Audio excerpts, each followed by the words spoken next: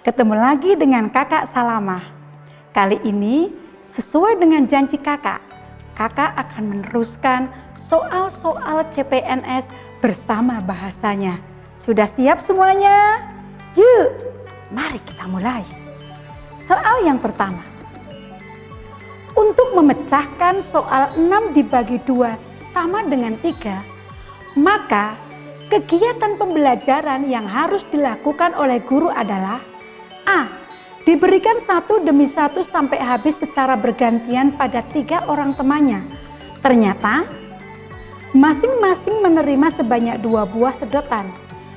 Guru menegaskan sambil menuliskan di papan tulis, itu berarti 6 dibagi rata pada 2 orang hasilnya sama dengan 3. Yang B, langsung dibagikan kepada 3 orang temannya sama rata, masing-masing sebanyak 2 buah sedotan. Guru menanyakan ke semua siswa masing-masing teman mendapatkan berapa. Dijawab 3. Guru menegaskan sambil menuliskan di papan tulis, itu berarti bahwa 6 dibagi rata pada 2 orang hasilnya adalah 3. Yang C, diberikan terlebih dahulu 2 pada 2 orang temannya. Ternyata masih tersisa 2 buah sedotan. Maka langkah selanjutnya pasti 2 buah sedotan sisanya dibagikan rata kepada kedua orang temannya itu. Akhirnya nampak bahwa masing-masing teman mendapatkan 3 buah sedotan. Guru menegaskan sambil menuliskan di papan tulis, itu berarti bahwa 6 dibagi rata pada 2 orang hasilnya sama dengan 3. Yang D, diberikan satu demi satu sampai habis bergantian pada 3 orang temannya.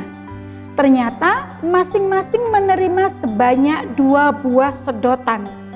Guru menegaskan sambil menuliskan di papan tulis, itu berarti 6 dibagi rata pada 3 orang hasilnya sama dengan 2.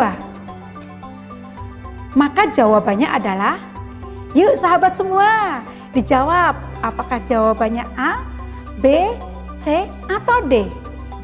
Sebelum kakak bahas, sahabatku semua, pada soal ini adalah soal pemahaman konsep bagaimana seorang guru. Kalau kakak katakan di sini tadi adalah 6 dibagi 2, mungkin materi ini identik dengan SD. Cuma pada subjek 6 dibagi 2 bisa dirubah dengan materi apapun. Materi yang berkaitan dengan matematika. Kompetensi atau indikator yang ingin dicapai dari penulis soal itu adalah bahwa seorang yang tes CPNS SKB, dia paham atau mengerti konsep bagaimana mengajarkan tentang konsep materi yang diajar. Kalau ini konsepnya pembagian. Jika pembagian, maka ini adalah konsep pengurangan berulang. Pengulangan berulang, ya. Pembagian adalah konsep pengurangan berkurang. Pada materi yang lebih dalam, seorang guru harus paham bagaimana mengajarkan konsep dasar tentang materi yang diajarkan. Jika dia mengajarkan bilangan, maka dia harus paham bagaimana mengajarkan konsep bilangan tersebut. Jika dia mengajarkan katakanlah konsep sains atau IPA, dia harus benar-benar mampu menanamkan konsep IPA itu. Sekali lagi, yang ditanyakan pada soal ini adalah langkah-langkah pembelajaran ataupun langkah-langkah kegiatan yang diambil oleh guru ini erat kaitannya dengan konsep yang akan dibangun. Tentang apa? Tentang materi dan prinsip serta prosedur yang dibawanya. Paham para sahabat? Jika belum paham, tulis saja di kolom komentar. Kakak siap membantu. Jawabannya apa sahabatku semua? Teng teng teng. Jawabannya adalah A. A adalah diberikan satu demi satu sampai habis secara bergantian pada 3 orang temannya. Ternyata masing-masing menerima sebanyak 2 buah sedotan.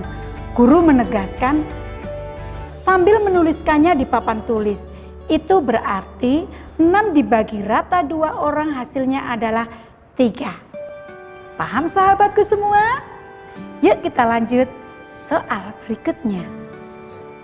Hai, ketemu lagi dengan Kakak Salama. Masih sama, yaitu membahas soal-soal SKP CPNS. Sudah siap? Yuk, mari kita mulai. Soal yang pertama. Untuk meningkatkan kemampuan menulis di sekolah dasar, guru harus mampu merancang kegiatan belajar mengajar dan merumuskan tujuan pembelajaran saat itu.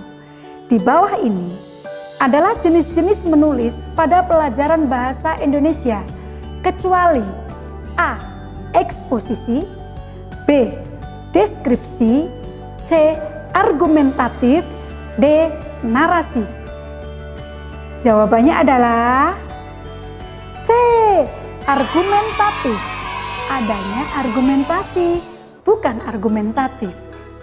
Baik sahabatku semua, pada soal bahasa Indonesia akan muncul sebuah pemahaman konsep tentang paragraf yang berbentuk deskripsi, narasi, argumentasi, eksposisi, dan sejenisnya.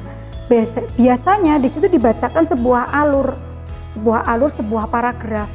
Nah, tugasnya adalah menentukan apakah itu adalah karangan deskriptif atau apakah karangan narasi atau argumentasi.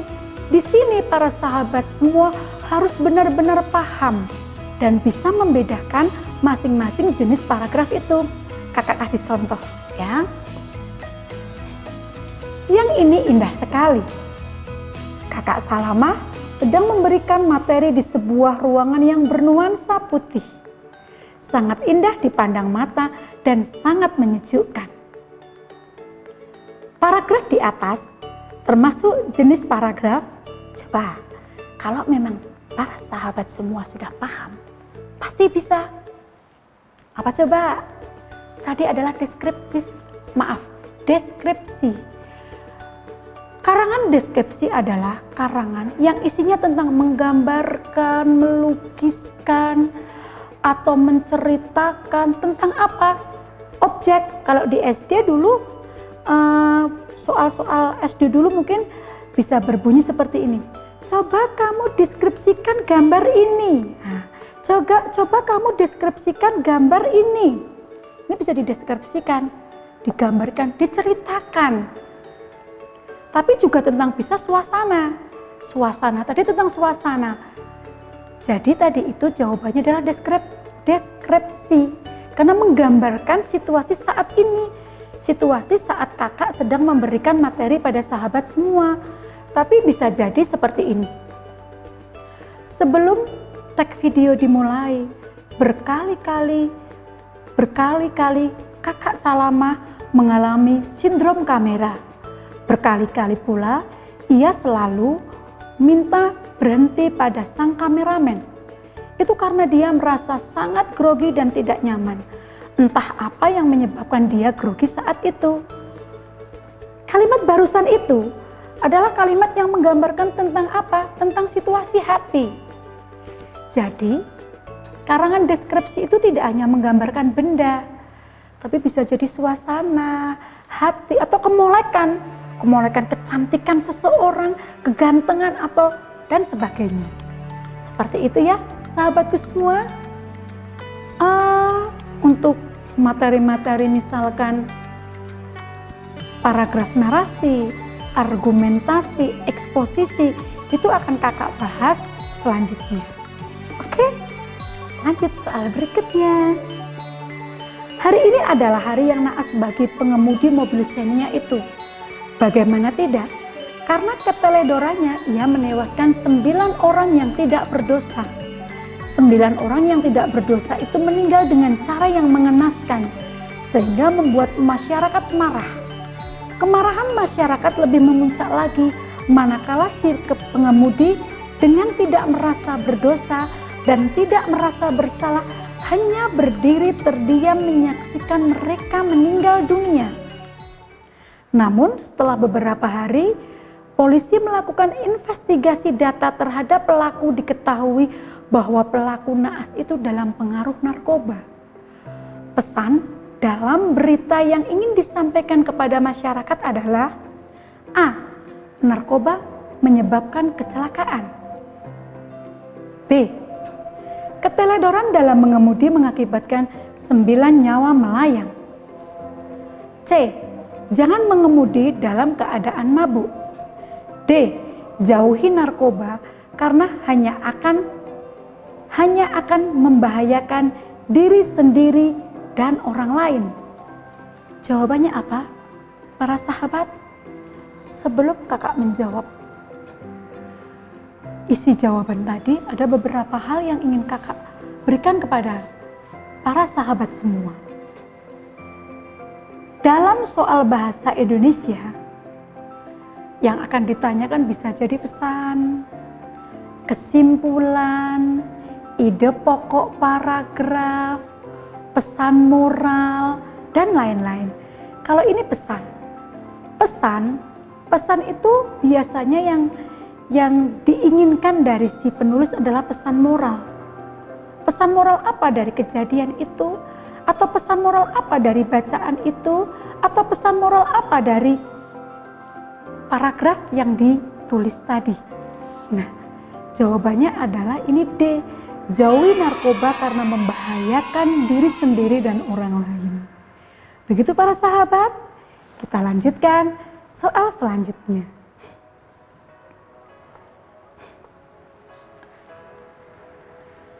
Pidato Bapak Kepala Dinas Kabupaten Pendidikan Wonosobo dalam acara pembekalan sertifikasi 2012 adalah: Bapak, Ibu, guru semua yang saya hormati dan hargai, marilah kita semua menunjukkan sikap positif terhadap uji kompetensi guru dengan tetap menjunjung semangat belajar yang tinggi dan selalu berserah diri pada Ilahi, serta berharap bahwa kita semua bisa lulus dengan hasil yang baik.